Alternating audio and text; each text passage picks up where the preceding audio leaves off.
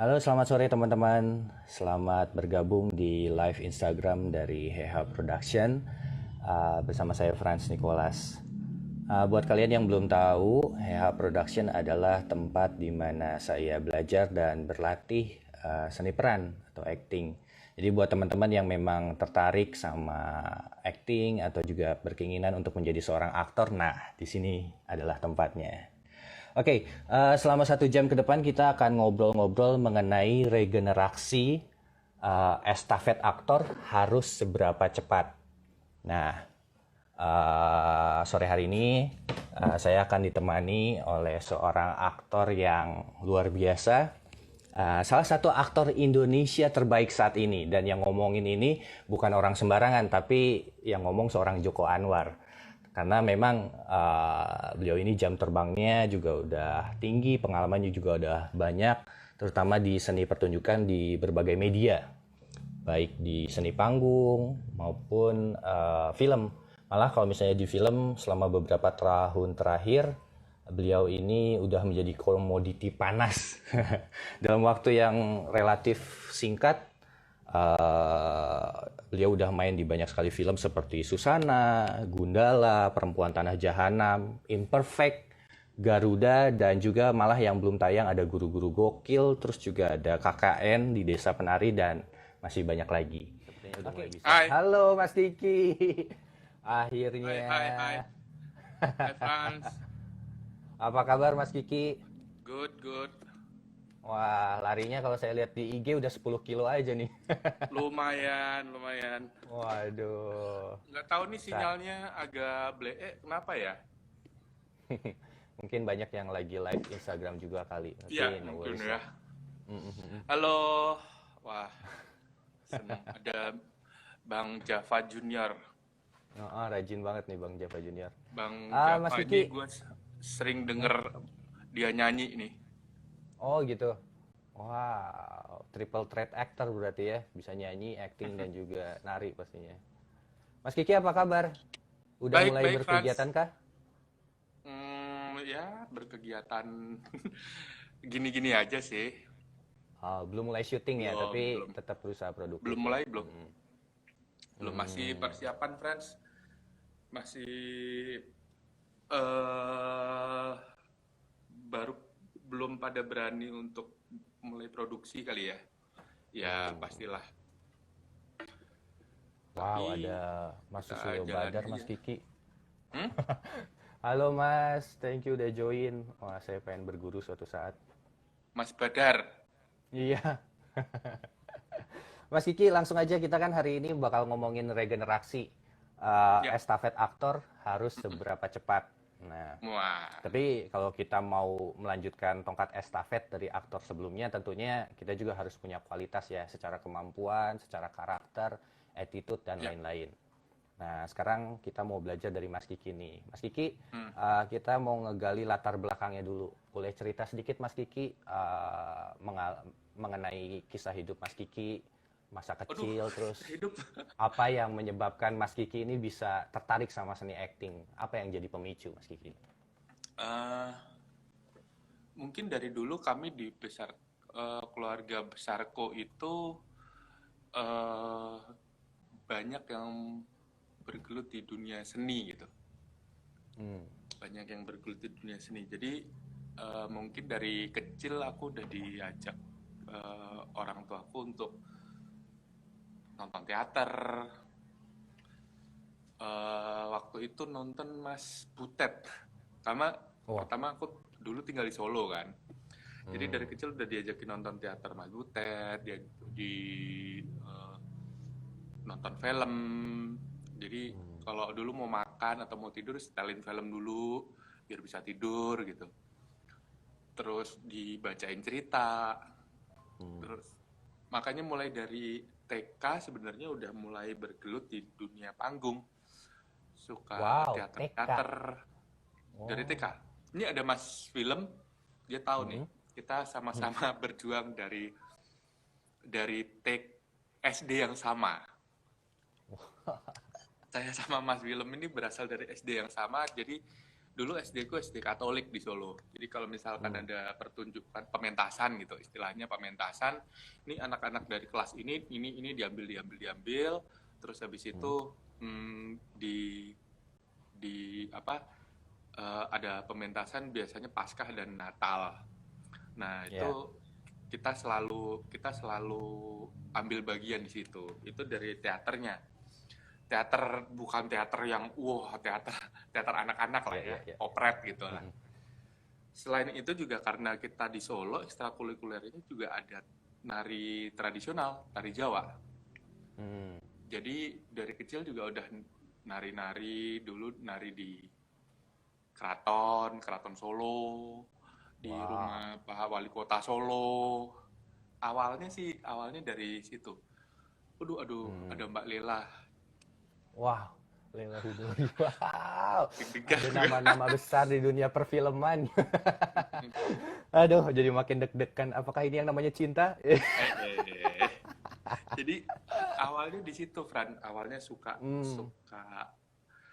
suka tampil aja, happy aja. Ya. Terus Apa? yang paling Mas Kiki nikmati dari acting apa yang paling disukai? Yang paling gue nikmatin dari acting tuh gini, kita bisa jadi orang lain tanpa kita melanggar hukum gitu. Iya kan? Kita bisa jadi orang lain, kita bisa mempelajari karakter-karakter orang. Aku tuh selalu tertarik dengan manusia gitu, tingkah laku manusia, kehidupan manusia. Jadi belajar tentang perilaku manusia itu buat aku seru banget. Nah, dan di seni peran ini ngasih aku banyak pelajaran gitu. Tempatnya ya lu mau nyari di mana gitu kan, lu belajar seni peran ya belajar perilaku manusia kan. Ya. Itu yang membuat aku suka sampai suka banget lah, merasa bahwa keluarga itu mendukung. Keluarga mendukung.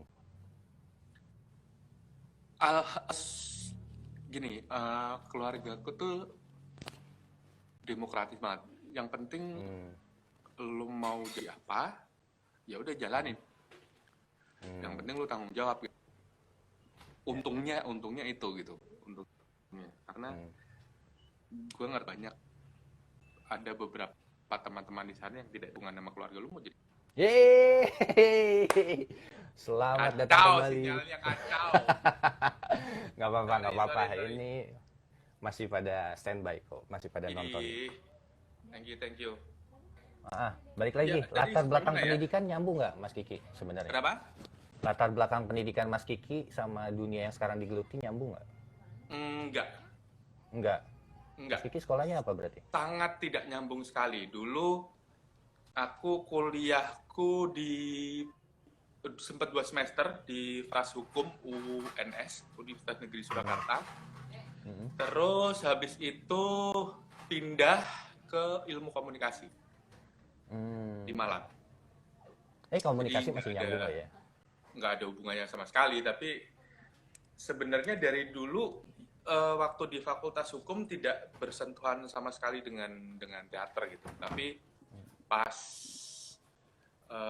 di Malang sempat bergabung dengan Komsen, komunitas seni namanya. Jadi segala sesuatu, cuman tidak berhubungan dengan teater. Jadi mulai masuk teater sebenarnya di sebuah institusi yang resmi ya dari teater populer. Itu tahun 2009. 2009. Kalau misalnya 2009. Di dunia seni peran sendiri, atau gak usah di dunia seni peran sih, di kehidupan sendiri Mas Kiki punya mentor nggak sih, mentor kehidupan gitu yang sangat berpengaruh dalam kehidupan Mas Kiki? Mentor yang pertama bokap gue sih, almarhum bokap. Kenapa aku bilang mentor? Karena bapakku tuh psikiater gitu, tapi menurut kami sekeluarga beliau itu adalah seniman yang nyasar jadi psikiater. Jadi Hmm. jadi ya gini, kenapa gue bilang dia panutan gue karena beliau sama sekali tidak mempermasalahkan kamu mau kerja apa gitu. Hmm. Kerja yang penting kamu bertanggung jawab dengan apa yang sudah kamu jalani. Kalau kamu Hmm. pengen jadi ini, ya udah, kamu harus full, kamu harus yakin bahwa itu keputusanmu Komit sendiri, ya. tanggung jawabmu sendiri, nanti yang rugi kamu sendiri gitu. Jadi panutanku itu sih bokap gua sih. Cuman Hmm. kalau dari bapak Seni yang peran. bukan biologis, mungkin Oh. aku bisa bilang ya Slamet Raharjo. Hmm. Pak Slamet itu yang mengajarkan saya bagaimana saya menjalani seni peran dengan apa yang saya dapat sekarang gitu. Dulu Hmm. di teater populer kan mentornya Pak Slamet. Mhm. Jadi dulu ada di teater populer tuh ada Bu Dewi Matindas, ada Mhm. Slamet Raharjo, ada Bu Silvi Nenggolan, ada Om Hendro Jarot. Hendro Jarot itu kalau teman-teman tahu nonton Sang Penari, Mhm. nah dia yang main kendang yang buta. Oh, Dia iya iya dapat iya iya piala iya. citra pada saat itu dan dia tidak datang, dia tidak mau ngambil. Emang agak aneh Luar orang itu. biasa ya. Tapi tapi mereka yang mengajarkan saya selama saya di teater populer gitu. Hmm. Kalau misalnya pesan atau nasihat apa yang mungkin Mas Kiki pernah dapat gitu dari mentor atau dari orang yang paling berpengaruh dalam hidup Mas Kiki? Pesan apa atau nasihat apa yang pernah diberikan dan sangat berpengaruh ke kehidupan Mas Kiki sekarang? Gini, hmm, dulu waktu di Sanggar kita ditanyain pertama kali masuk. Mungkin kalau di tempat-tempat apa workshop, kamu pengen jadi aktor apa pengen jadi bintang film gitu, ya kan? Hmm, Karena ya betul. pertanyaannya seperti itu gitu. Mhm. Eh, tapi eh, waktu pertama kali masuk di Sanggar saya ditanyain dan itu masih ingat banget. Hmm. Kamu di sini mau belajar atau mau tampil gitu. Hmm. Kalau kamu mau tampil, kamu jangan masuk teater populer. Teater populer tidak bisa menjanjikan kamu tampil setahun dua kali, setahun sekali, setiap tahun ada pertunjukan. Kita tidak bisa menjanjikan seperti itu. Hmm. Tapi kalau kamu mau belajar di sini, ya kita akan kasih ilmu yang kita punya. Jadi Wow. mungkin gue di teater populer pementasan tidak seperti teman-teman pada umumnya gitu. Wah, gue mentas di tim, gue mentas di ini, mentas di ini gitu. Hmm. Tapi justru itu yang membuat gue berpikir, ya udah, memang tujuan gue mau belajar. Gue Hmm. tidak ada fokus tujuan bahwa gue di sini gue mau pentas, gue mau tampil. Mungkin justru itu yang membuat gue jadi lega gitu. Ya. Dan itu yang selalu gue ingat. Hmm. Lu tujuannya mau apa? Lu tujuannya mau belajar, apa lu mau tampil? Karena, nah ini nyangkut lagi. Teater itu, seni peran itu ilmu tentang kehidupan. Yes. Lu mau belajar dimanapun, materinya tentang kehidupan manusia, tentang perilaku manusia, tentang cara hidup manusia seperti apa. Kalau menurut Mas Kiki sendiri, apa yang kualitas apa yang mengantar Mas Kiki yang Mas Kiki miliki sampai mengantar Mas Kiki ke posisi sekarang? Nah, gue diajarkan untuk selalu disiplin gitu, Franz. Hmm. Gue diajarkan untuk selalu disiplin terhadap karakter yang akan lu mainkan, terhadap pekerjaan lu. Hmm. Ini nggak ngomongin tentang tentang pekerjaan apapun, tapi disiplin tentang pekerjaanmu. Ya, Sebagai aktor, tugas lu apa sih? Ya lu ngulik, lu ngerjain persiapkan PR, diri. lu cari Hmm. karakter, lu nge-breakdown karakter. Nah, itu yang pertama gitu. Yang kedua, gue selalu berusaha disiplin dengan waktu juga. Ya, Disiplin itu yang gua pegang sampai sekarang sih. Dan yang ya. satu, lu eh, yang namanya attitude itu gue pun masih belajar gitu. Mm-mm. Gue masih belajar bagaimana attitude lo itu bisa membuat lo berkarir panjang, Frans. Ini menurut gue Mm. ya, menurut gue pribadi. Mm. Ya, ya, Lo setuju. boleh punya eh, bakat setinggi langit gitu, tapi Ya. lu tidak punya attitude yang bagus, menurutku range karir lu tidak akan panjang. Kenapa gue ngomong gini? Gue berkaca pada para senior-senior kita gitu. Mm. Bagaimana mereka berlaku di set, bagaimana mereka bertutur, bagaimana mereka memperlakukan orang lain.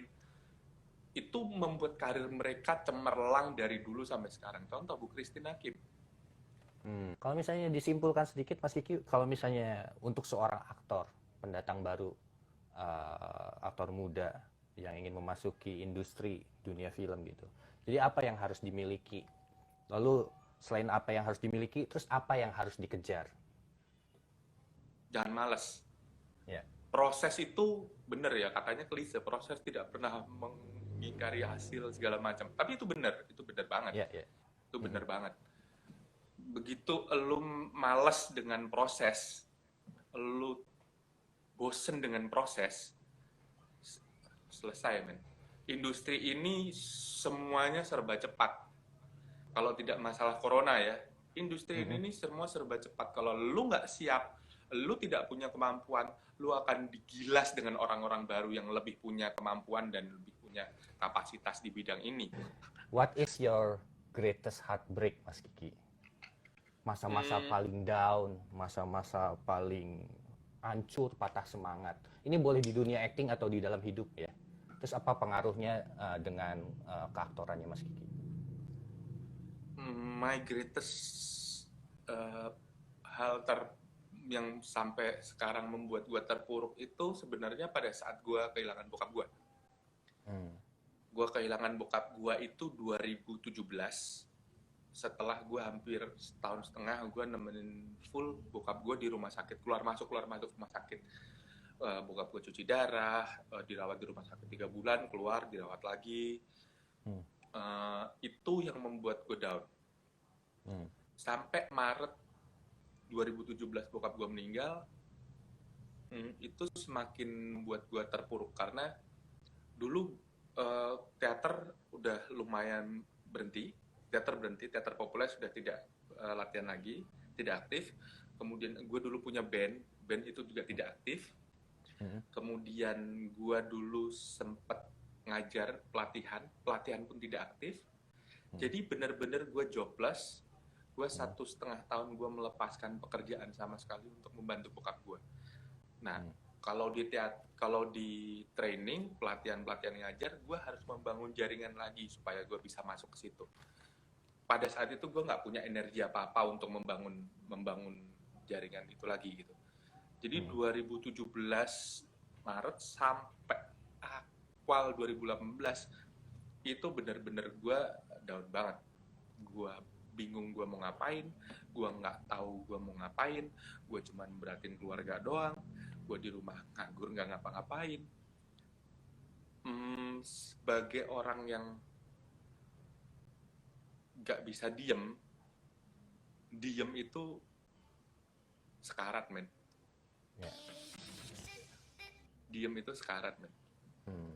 Gue nggak ngapa-ngapain, gue pikiran-pikiran jahat, pikiran jelek itu keluar dengan sendirinya.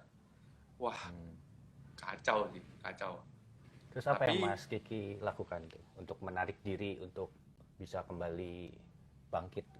untungnya di 2018 gue dapet tawaran film dari Bu Hmm. Mei, waktu itu dari Bu Mei, 5, film 5. Oh sebelumnya gue dapet tawaran dari Keluarga Cemara, harian, Hmm. pemain harian, terus Bu Mei. Nah, untungnya pada saat itu kakakku mungkin kasihan ngeliat aku gitu ya, terus dia punya satu sudut di daerah Cikatomas, dia nyuruh udah jualan kopi aja. Jadi saya sempat jadi barista selama beberapa bulan. untuk jualan kopi di daerah Cikatomas nomor 22. Nah, eh, sebenarnya di titik itu gue ngerasa, oke, gue udah mau melepaskan semuanya. Gue udah mau ngelepasin teater-teater lah, seni peran lah, kentut lah semua. Udah gue mau gedein warung kopi ini, mau membesarkan warung kopi, mau majuin. Udah, sebenarnya di titik itu gue sudah hampir menyerah. Terus apa yang Mas Kiki dapat tuh dari patah hati itu dengan eh, kesempatan Mas Kiki, ya, terobosan yang Mas Kiki alami itu sempat bisa, maksudnya kalau misalnya kita lagi terpuruk kan kadang-kadang ada rasa yang pengen keluar tapi nggak bisa gitu kan, sempet ngalamin ngelepasin itu semua nggak, mungkin di satu scene atau Oh, eh banyak sih, banyak. Makanya enaknya jadi aktor tuh gitu kan. Kita iya, bisa iya, mengeluarkan iya, energi-energi itu untuk disalurkan menjadi berakting, disalurkan di iya, acting gitu. semacam terapi ya. Semacam terapi, bener, bener. Mm-mm. Menurut gue banyak sekali hal-hal yang gue nggak bisa gue keluarin sebagai Kiki Narendra. Hmm. Sebagai Kiki Narendra, gue nggak bisa ngeluarin itu. Tapi gue bisa mengeluarkan itu pada saat gue jadi orang lain. Kalau misalnya waktu Mas Kiki ngomongin salah satu ketakutan terbesar Mas Kiki adalah takut gagal membahagiakan orang, itu wajah siapa yang terlintas Mas Kiki? Bokap gue sih. Hmm. Bokap gue ngerti, bokap gue sudah happy di sana. Gue udah ngeliat gue sampai di titik ini pun gue percaya bahwa itu semua juga berkat doa bokap gue gitu. Hmm. Hmm, tapi ada satu ego di hati gue gitu, Frans. Iya, iya. Kalau misalkan umpamanya bokap gue masih hidup, kalau ini itu kan satu hal yang gue nggak bisa tarik balik gitu. Gue nggak Iya, bisa iya, iya. puter lagi gitu.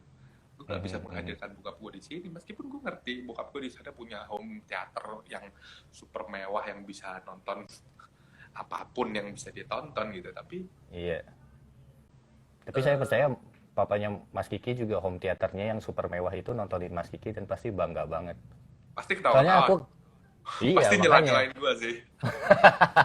Ya enggak lah, pasti lihat di Perempuan Tanah Jahanam di scene yang pintu itu pasti wah gila anak gua keren banget.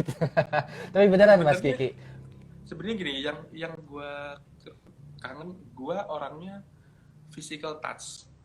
Bahasa Hmm, cinta gue physical touch. oke. Gue rindu bersentuhan dengan bokap gue. Gue rindu nyium bau keringetnya.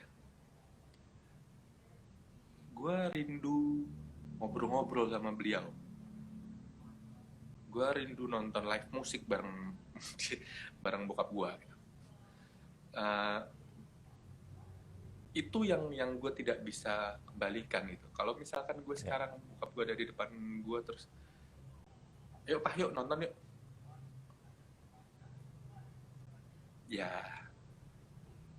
mungkin memang udah jalannya sih. Ya. Mau gimana? Iya, iya, iya. Thank you Mas Kiki udah begitu jujur. Tapi kadang-kadang ya kalau misalnya aku pikir aku juga udah kehilangan bokap. Mm-mm.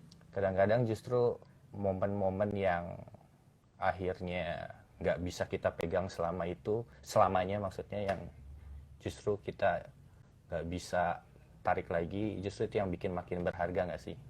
Iya. Ya, dan bikin kita makin kangen untuk nungguin kesempatan untuk ketemu lagi. Ya nggak? Suatu saat kan kita pasti ketemu lagi. So, Mm. pada akhirnya ya, aku kan udah punya anak, jadi kadang-kadang aku ngeliat anak aku, dia nggak usah ngapa-ngapain juga aku udah bangga sih. Walaupun dia bandel banget hari itu, tapi aku ngeliat dia udah happy banget gitu. Wah, itu perasaan yang sama menurut aku yang pasti papanya Mas Kiki rasakan juga. Eh, kita sedikit lagi nih, waktunya udah selesai. Nanti kita sambung lagi ya Mas Kiki ya. Tapi sebelum Sambung itu lagi ya.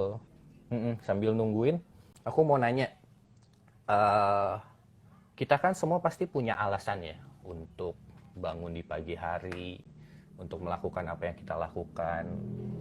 Nah, kalau misalnya Mas Kiki, the big why-nya itu apa sih? Legacy apa yang mau Mas Kiki tinggalkan? Pesan apa yang mau disampaikan melalui karya-karyanya Mas Kiki? Ini pengennya nih Frans ya, Ya. bahwa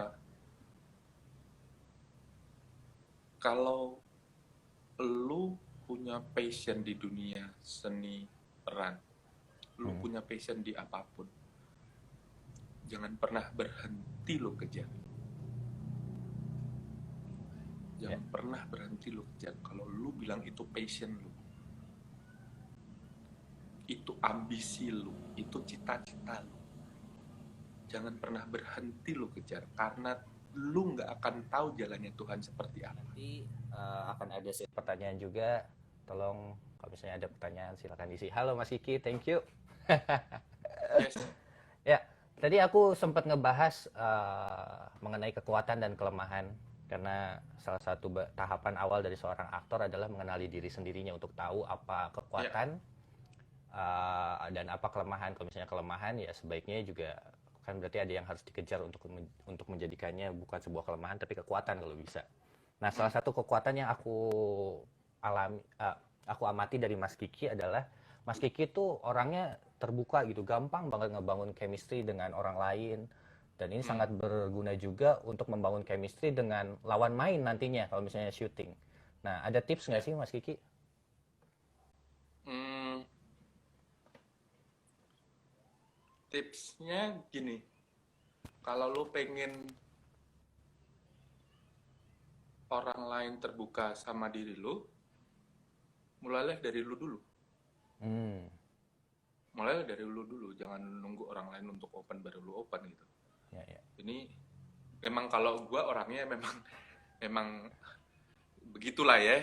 Hmm, Gitu gua ekstrovertnya sampai mentok gitu. Tapi kalau lu ngomong bahwa ini ranah seni peran dan harus membangun chemistry, menurutku jangan nunggu orang lain untuk open dulu kan. Lu dulu yang harus open. Pernah ngalamin yang sulit nggak sih? Misalnya ada satu project sulit banget ngebangun chemistry-nya, terus apa yang dilakukan gitu? Eh,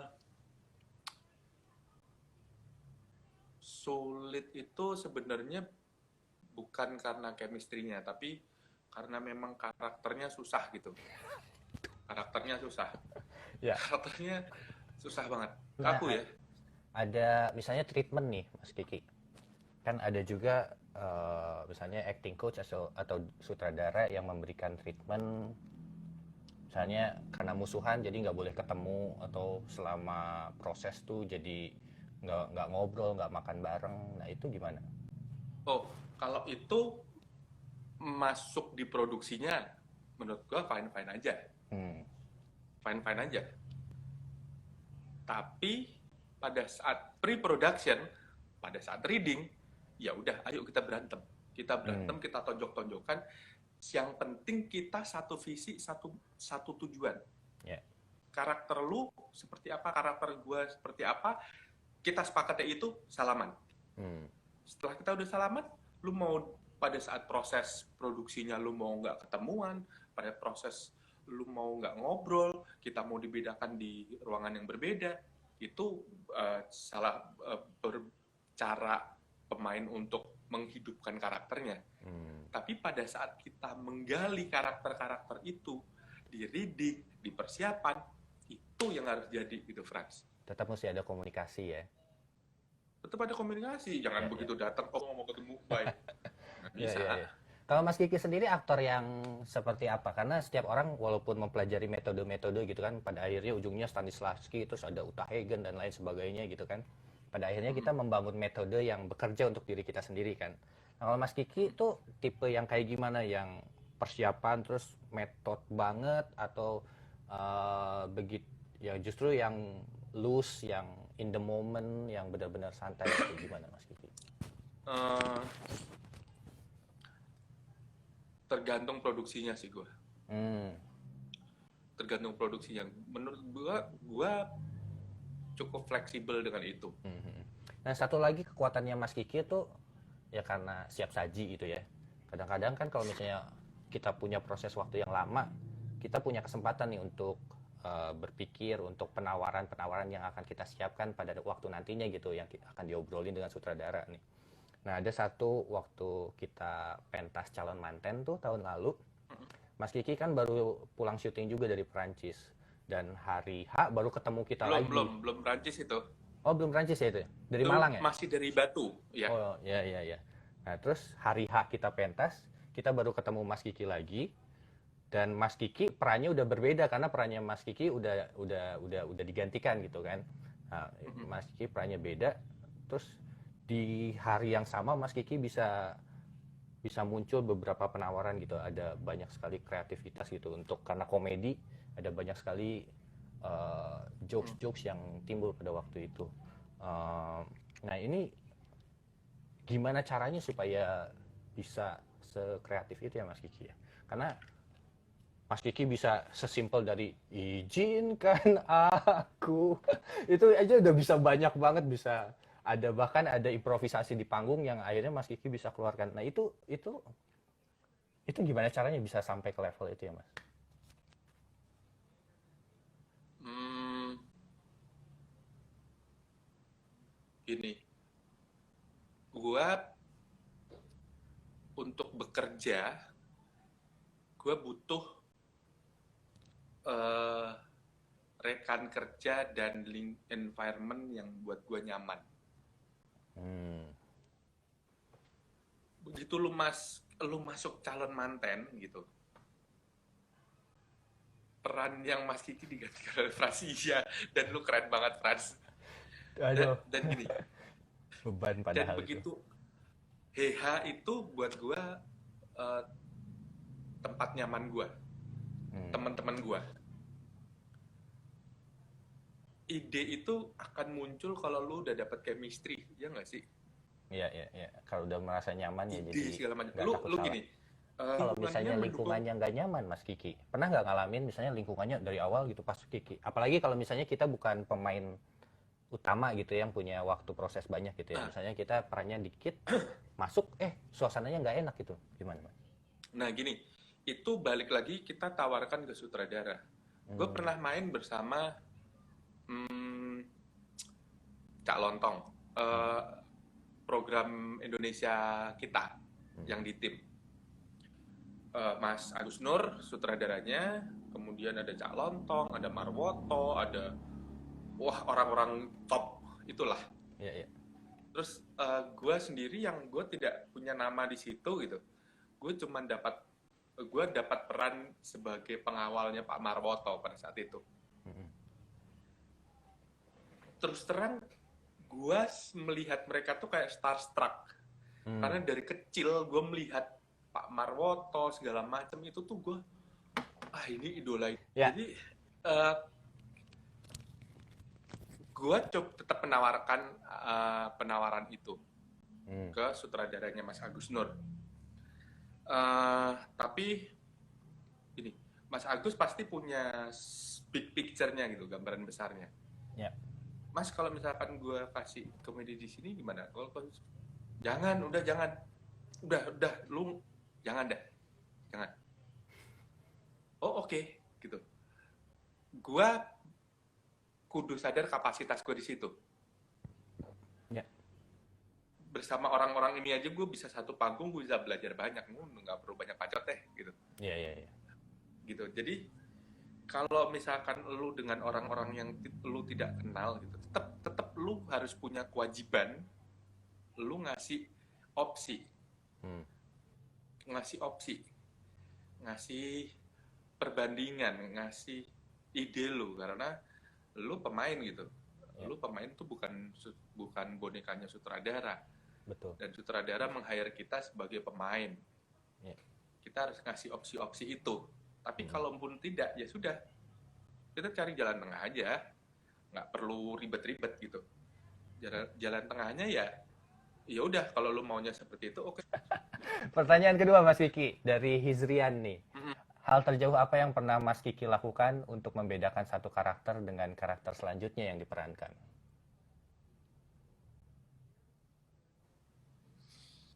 Hmm, Hal yang membedakan eh apa ya, sebenarnya juga karakterku itu gini, gue muka brewok dan gede, tatoan. Hmm. Yang pertama kali terlintas apa? Penjahat. Garong. Gue beberapa kali gue bersinggungan dengan produksi yang hampir bersamaan, tapi untungnya karakter sama. Hmm. Penjahat. Ya. Yang membedakan adalah ini penjahat seperti apa, ini penjahat seperti apa. Gitu kan. Tapi pernah gue dari yang jahat, dari Perempuan Tanah Janam, kemudian gue syuting jadi orang yang super baik sekali. Aku memerankan Kojul, dan itu cah nyata dan orangnya ada bener, dan kita ngobrol dan masih hidup dan sekarang masih aktif gitu. Jadi dari yang tokoh yang jahat, tukang bunuh orang, terus gue jadi seorang malaikat gitu. Itu berdarah-darah sih gue. Berdarah-darah. Tapi hal terjadi ya, untungnya pada saat itu proses persiapannya nyaman. Nyaman dalam artian kita dikarantina selama beberapa minggu di Batu. Kita bisa berkenalan langsung dengan tokoh-tokoh aslinya.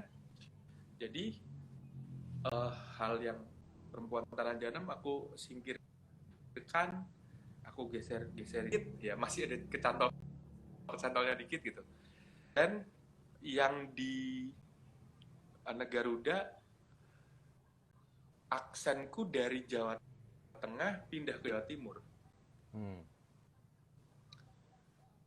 Nah, Jawa Timur itu lebih ngegas sih. Jawa Timur tuh lebih ngegas. Ya paling Sebenarnya hal ada ya terjauhku perbedaan. ya mencoba mengkarantina diri aja. Ya, Sampai nggak ada batasan waktu untuk keluar dari karakter. sebenarnya tergantung karakternya seperti apa. Kedalaman kita ngulik karakter seperti apa. Semakin lama kita ngulik dan semakin besar peran kita, menurut gue itu semakin susah untuk lepas. Ya. Gitu. Gue pernah mengalami susah sekali untuk lepas. Bahkan mungkin sekarang gue kalau misalkan suruh nginget-nginget, gue masih berasa sih. Itu mungkin juga karena faktor pengaruh bahwa lu sendiri nggak mau ngelepasin karakter itu. Ya. Lu sendiri masih cinta sama karakter itu gitu. Apa yang dilakukan tuh Mas Kiki? Berdamai aja. Berdamai aja dengan berdamai itu dalam artian ya udah, gue pernah jadi lu nih. Akhirnya akan tetap jadi bagian dari diri kita ya karakter itu ya. Jelek buruknya ya kita bisa belajar dari karakter yang pernah kita mainkan. Terus yang aku perhatiin juga Mas Kiki banyak mempraktekkan self talk ya. Self talk tuh penting banget menurut aku, selain untuk supaya kita lebih aware akan keadaan emosi kita, juga untuk mencari tahu keadaan diri kita lagi happy atau lagi enggak, apa yang sedang terjadi, kenapa kok capek banget gitu, apakah lagi stres atau apa. Benar nggak Mas Kiki? Tolong dikoreksi. Itu menurutku itu bagian dari kita observasi nggak sih? Itu bagian dari observasi perilaku manusia gitu. Daripada kita ngerepotin orang, kita ngeliat orang, ini kita observasi ke kita dulu aja gitu. Gue selalu, iya ya, kenapa ya gue gitu ya? Oh, mungkin gue gini. Itu gue cukup sering sih. Gue cukup sering berbicara juga dengan karakter gue. Karakter di film gue. Karena harus bisa membedakan antara ini Kiki, ini orang lain. Kiki ini orang lain, Kiki orang lain. Dan kenapa Oh. gue ngomong, karena gue orangnya auditori, gue belajarnya auditori, gue harus ngomong. Auditori itu dari pendengar. Pendengaran. Makanya dulu kalau belajar SMA, gue nggak bisa diem, gue baca. Gitu. Jadi itu mungkin pengaruh gitu ya. Ya. Pengaruh. Gitu. Apalagi kalau ngomongin inner monolog dengan banyaknya self talk, inner monolog kita juga makin kuat nggak sih? Iya. Itu bagian dari cara kita belajar main inner monolog. Ya. Oh. Apakah perfilman Indonesia kekurangan aktor bagus? No, tidak. Aktor Indonesia itu bagus-bagus dan keren-keren.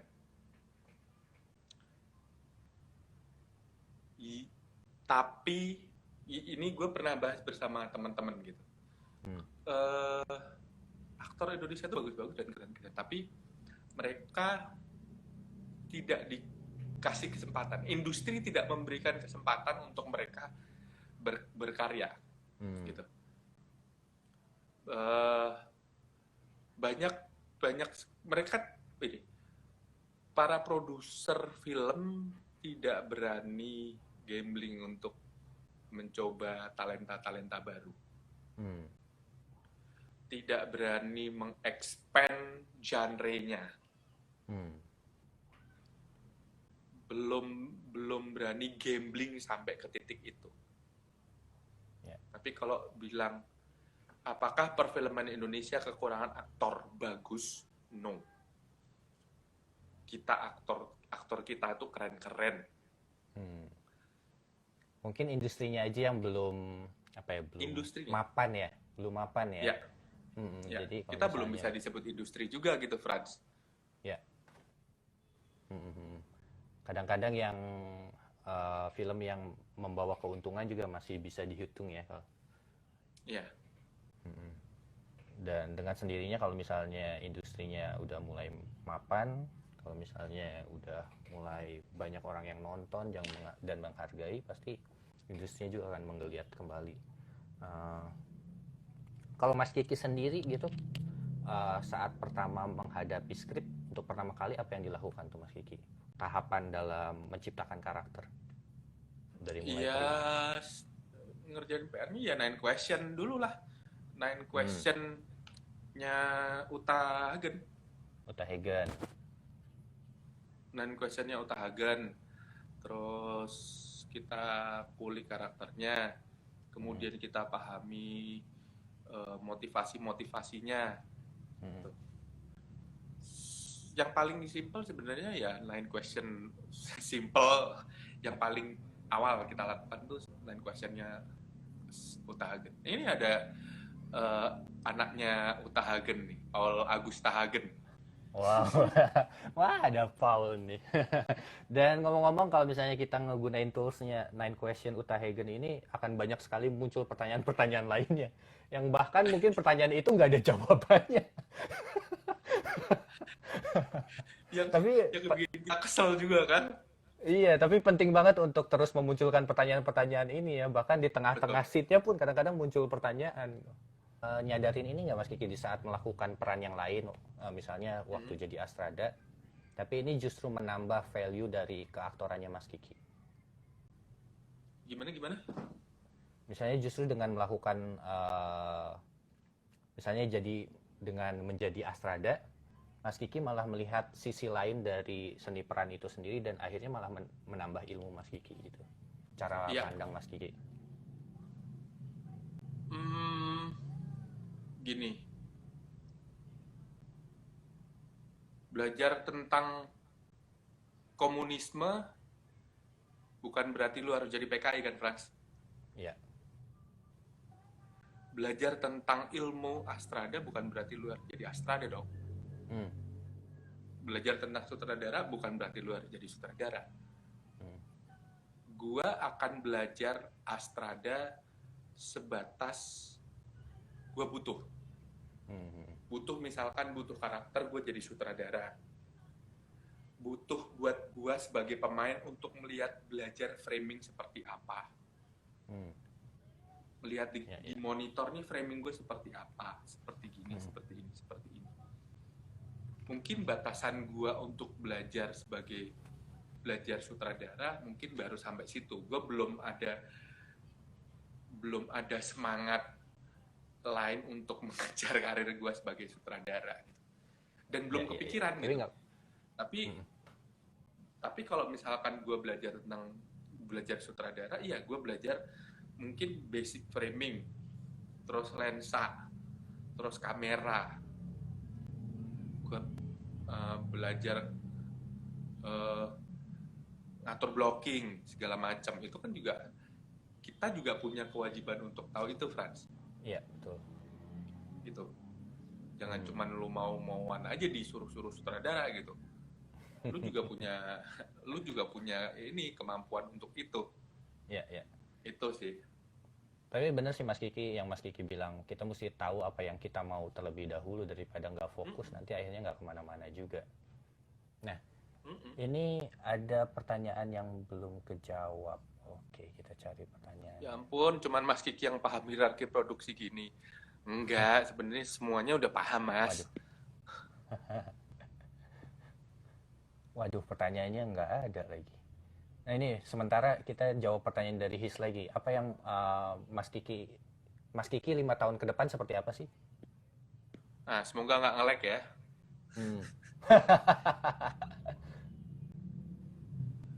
5 tahun ke depan gue pengen menjadi Kiki yang lebih kaya.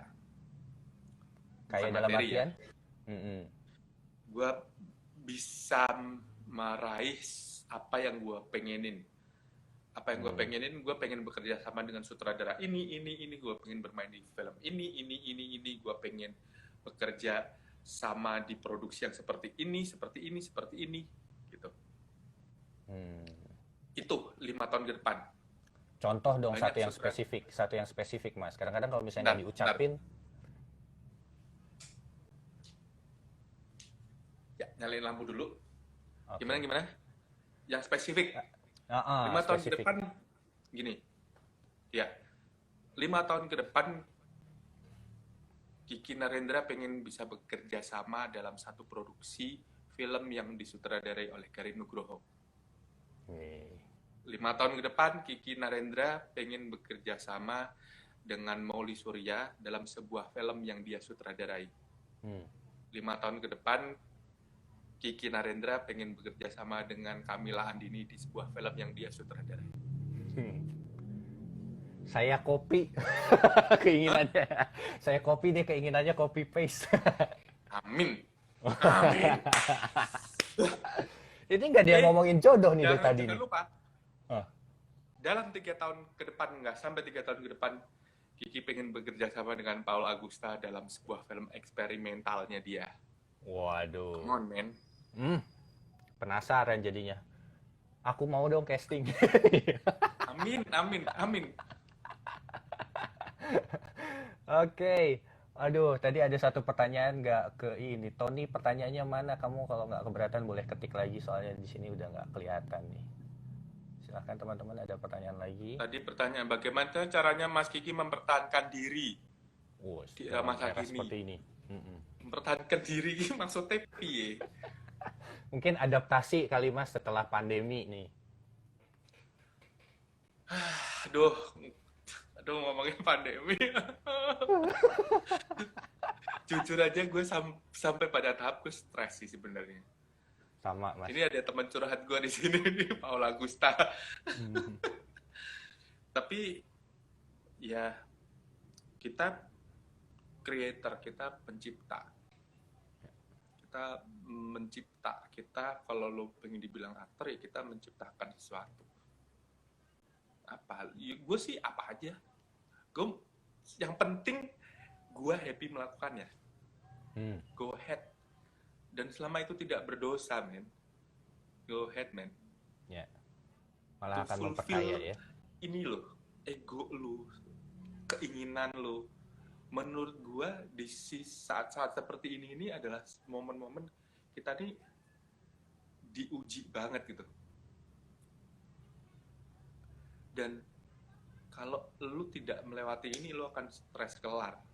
Ya. mengatasinya lakukan yang kamu suka.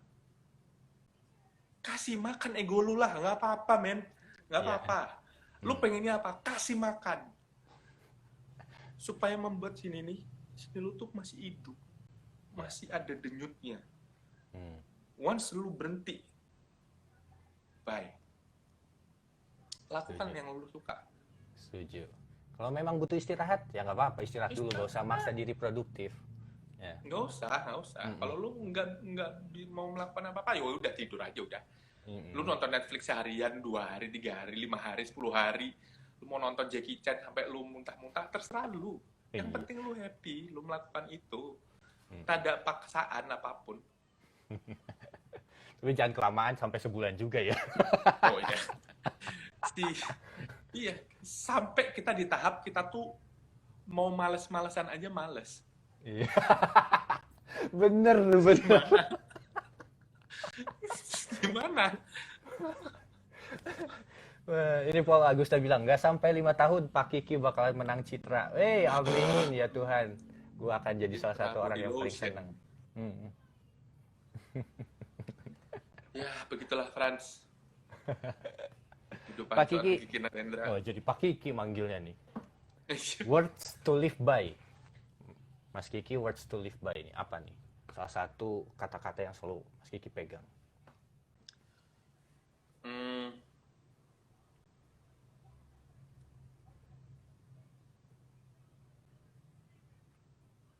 Kata-kata yang selalu pegang,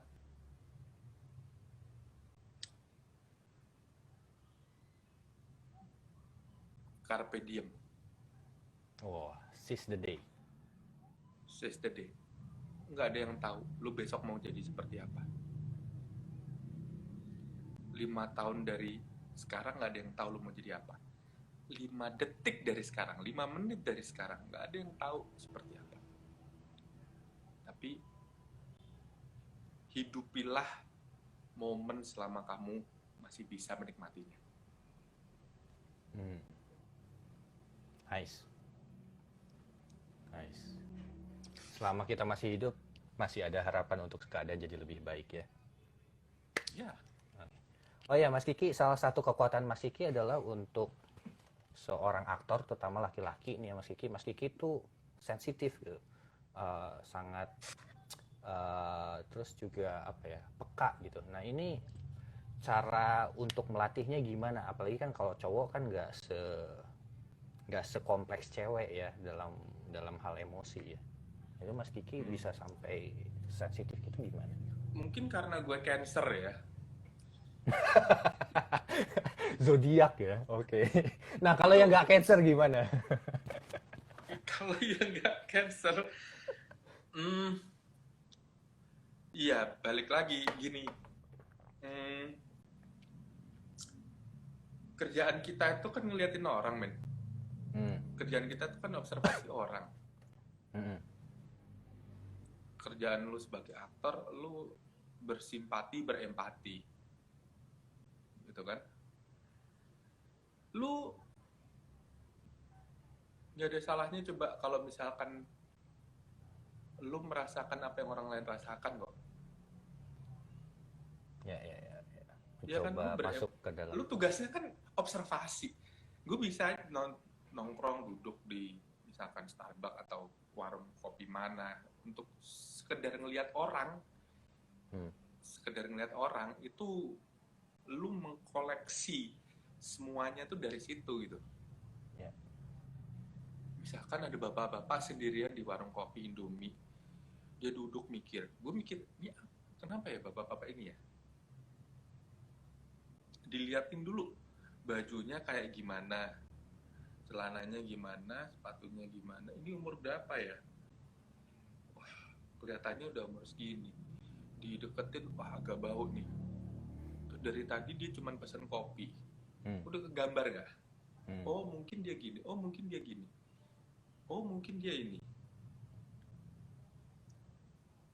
Kemungkinan itu yang kita pelajari gitu dari perilaku orang, dan itu yang membuat kita kaya. Kang Mingki, Waduh. Ada Agus Sugiarto, ada Randy, ada Bang Jali. Waduh. Itu yang Kalau bikin misalnya kita. contoh kasus nih Mas Kiki, pernah nggak Mm-mm. Mas Kiki untuk satu scene gitu, ada misalnya target emosinya segini terus nggak nyampe. Sekali take, dua kali take nggak nyampe. Mas Kiki pernah nggak pernah ngalamin kayak gitu, terus apa yang dilakukan Mas Kiki? Hmm, ini. Itu pasti bikin kita kesel sih ya. Mm-mm. Tapi gini, ini ilmiah gitu. Eh, di otak kita tuh ada yang namanya satu satu bagian namanya amigdala. Mm-mm. Amigdala. Amigdala itu akan mengeluarkan hormon. eh, Amigdala itu akan menyala-nyala di otak kita ketika kita merasa takut, kita merasa stres, bisa merasa terancam, itu akan keluar. Mm-mm. Nah, working memory, hal logis, itu akan mati. Mm. Jadi kita nggak bisa mikir, kita nggak bisa kerja. Kalau amigdala itu keluar. Jadi, kalau semakin lama, usahakan tetap kontrol. Jangan ke bawah stres. Semakin Mm. lu stres, semakin nggak jalan. Mm. Otak lu nggak jalan.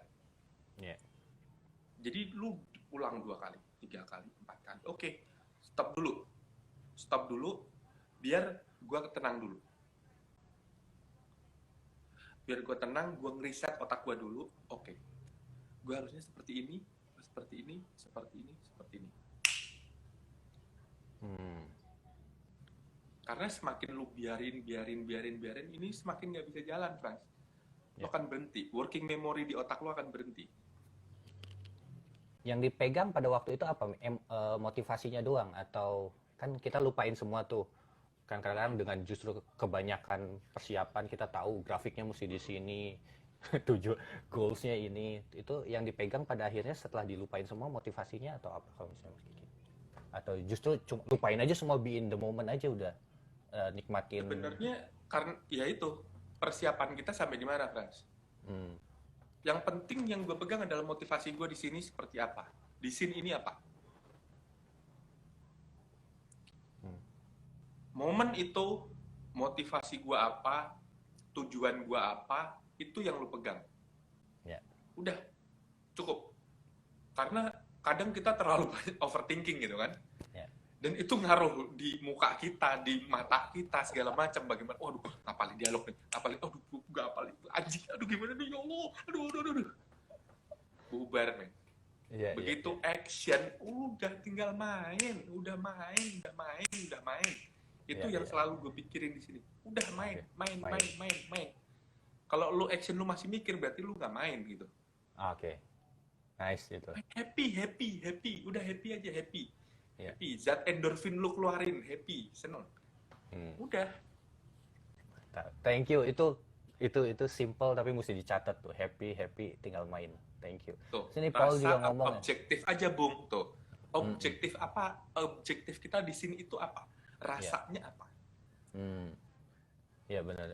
Paul juga bilang stress kills, panic kills, overthinking adalah musuh terbesar aktor. Oke, makasih Mas Kiki. Kita tinggal 20 detik lagi nih. Thank you banget waktunya udah Frans, berbagi thank you pengetahuan. ya. Teman-teman, Thank terima you. kasih yang sudah nonton. Iya, makasih Stay safe, teman-teman. sampai ketemu Mm-mm. lagi. Yes. Percaya Love you ini bakal guys. jadi bekal bermanfaat karena tugas seorang aktor adalah terus-menerus belajar. Sampai ketemu lagi di live IG selanjutnya. Bye-bye.